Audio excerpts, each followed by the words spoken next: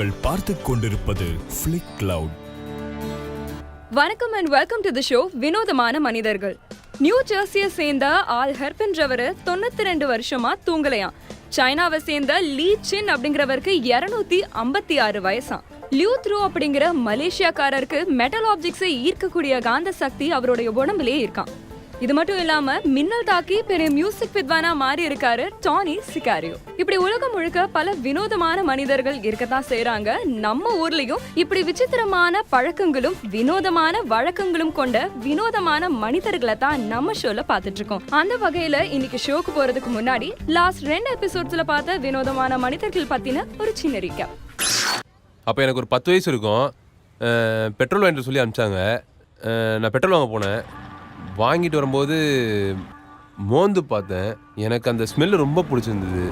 அப்புறம் நக்கியும் பார்த்தேங்க, டேஸ்ட் ரொம்ப பிடிச்சிச்சு. அன்னையிலேருந்து 3 வேளையுமே பெட்ரோல் தாங்க. இந்த சாப்பாடு தண்ணெலாம் கிடையாது, பெட்ரோல் மட்டும்தான். வாழ்க்கைன்ற பயணத்தை ஓட்டுறதுக்கு உடம்பே ஒரு வண்டி தானேங்க. அப்புறம் எப்படிங்க இந்த பழக்கத்துல இருந்து வெளியில வந்தீங்க? ஏதாவது டி அடிக்ஷன் இல்ல கவுன்சிலிங் ரீஹாபிலிட்டேஷன்? பெட்ரோல் விலை ஏறிச்சிங்க. இப்பெல்லாம் கட்டுப்படியாகிறது இல்லை. திருந்தேன்.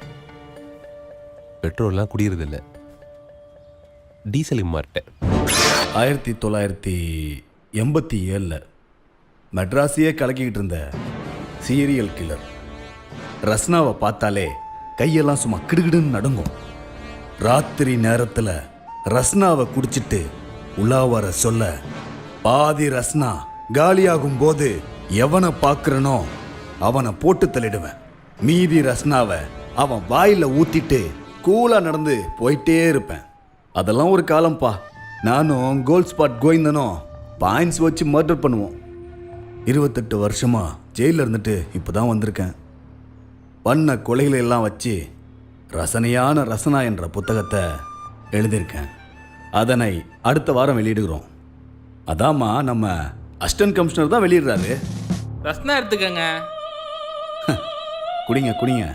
இப்போல்லாம் குவாலிட்டியான ரசனா வரதில்லை, நானும் கொலை பண்றதில்லை. இன்னைக்கு நமக்காக ஒரு வினோதமான மனிதர் காத்துட்டு இருக்காரு. வாங்க நிகழ்ச்சிக்கு போகலாம். சார், உங்களை பத்தியும் உங்களுடைய வினோதத்தை பத்தியும் கொஞ்சம் சொல்லுங்க. வணக்கங்க, என் பேரு கார்த்தி. கார்த்தியா? காரி துப்புற மாதிரி சொல்லுது பாரு. எல்லாரும் வெளியில வெயிட் பண்றீங்களா? சத்தம் ஜாஸ்தியா வருது. டோர் லாக் பண்ணிடுங்க. போங்கக்கா, சொல்றது கேளுங்க. தம்பி போப்பா. என் பேர் கார்த்தி. இந்த ஏரியா தான் புஷ்பநகர். பிறந்ததுல இருந்தே எல்லாம் எனக்கு இந்த வியாதி இல்லைங்க. இப்போதான் ஒரு 8 மாதம் முன்னாடி தான் ஆரம்பிச்சிது.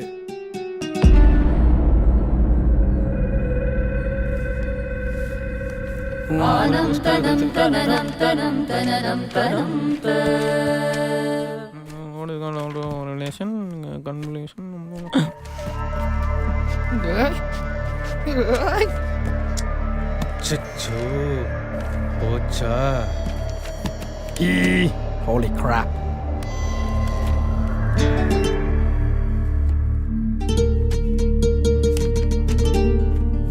பேசிக்காகவே நான் ரொம்ப எமோஷ்னல் டைப்புங்க. படத்துலேயே எனக்கு பிடிச்ச ஹீரோ அடி வாங்கினாலோ இல்லை ஃபீல் பண்ணாலோ கூட சேர்ந்து நானும் ஃபீல் பண்ணுவேங்க. மனசில் எதையும் வச்சுக்க மாட்டேன். அடுத்தவங்களுக்கு ஒரு பிரச்சனை அதை என் பிரச்சனையாக நினச்சி ஃபீல் பண்ணுவாங்க. ஆனா உங்க முகத்தை பார்த்தா அப்படி தெரியலையே. எப்பயுமே சிரிச்சுக்கிட்டு அப்படியே சந்தோஷமா இருக்கிற ஆள் மாதிரி தானே இருக்கீங்க நீங்க. அதுதாங்க ஏன் பிரச்சனையே. எனக்கு கவலை வந்துச்சுன்னு வச்சுக்கோங்க, அடக்க முடியாத அளவுக்கு சிரிப்பு வந்துடுங்க.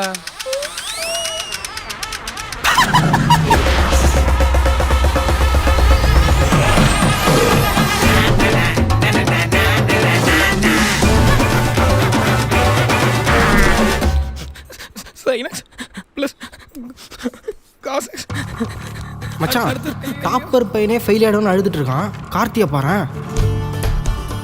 அவன் கண்ணை பாரு, அதுல பயமே தெரியல. ஒருவேளை படிச்சுட்டு வந்திருப்பானோ? டிபார்ட்மெண்ட் ஆடி போயிருக்கு. அந்த 16 மார்க் கொஸ்டினை பார்த்தும் அவன் அசராம இருக்கான்னா அவன் சாதாரண ஆளே இல்லை. இம்பாசிபிள். யாருமே நம்பலீங்க நான் சொன்னதெல்லாம். மனசு கஷ்டப்படுற மாதிரி ஏதாவது கேட்டாலோ பார்த்தாலோ சிரிப்பு வந்துடுதுங்க. இந்த மாதிரி பிரச்சனை இருக்குதுன்னு வெளியே சொன்னா நான் ஏதோ கலைகிறதாங்க நினைப்பாங்க. நீங்க சொல்றது இந்த வசூல் ராஜா படத்துல வந்து பிரகாஷ் ராஜ் சார் சிரிப்பாரு அந்த மாதிரியா? இல்லைங்க, அது வந்து லாஃப்டர் தெரப்பி, வாலண்டியரை சிரிக்கிறது. இது எனக்கு தெரியாமல் சிரிப்பு வந்துடும். இது ஏன் நடக்குது எப்படின்னு எனக்கு புரியாமல் இருந்ததுங்க. சரி அப்படின்னு நான் டாக்டரை போய் பார்த்தேன். நர்வஸ் லாஃப்டர் அப்படின்னு சொல்லுவாங்க. டென்ஷன், ஸ்ட்ரெஸ், கன்ஃபியூஷன் இது எல்லாத்தோடைய ஒரு வெளிப்பாடு. ஒரு சுச்சுவேஷன் மோசமானதாக இருந்தால் அந்த சுச்சுவேஷன் அந்தளவுக்கு மோசம் இல்லைன்னு நம்மளை நாம ஏமாற்றிக்க சப்கான்ஷியஸ் லெவலில் இருந்து வர ஒரு ரிஃப்ளெக்ஸ் டிஸார்டர். இவருக்கு வந்திருக்க இந்த அளவுக்கு அதிகமான சிரிப்பு வெரி ஸ்ட்ரேஞ்ச்.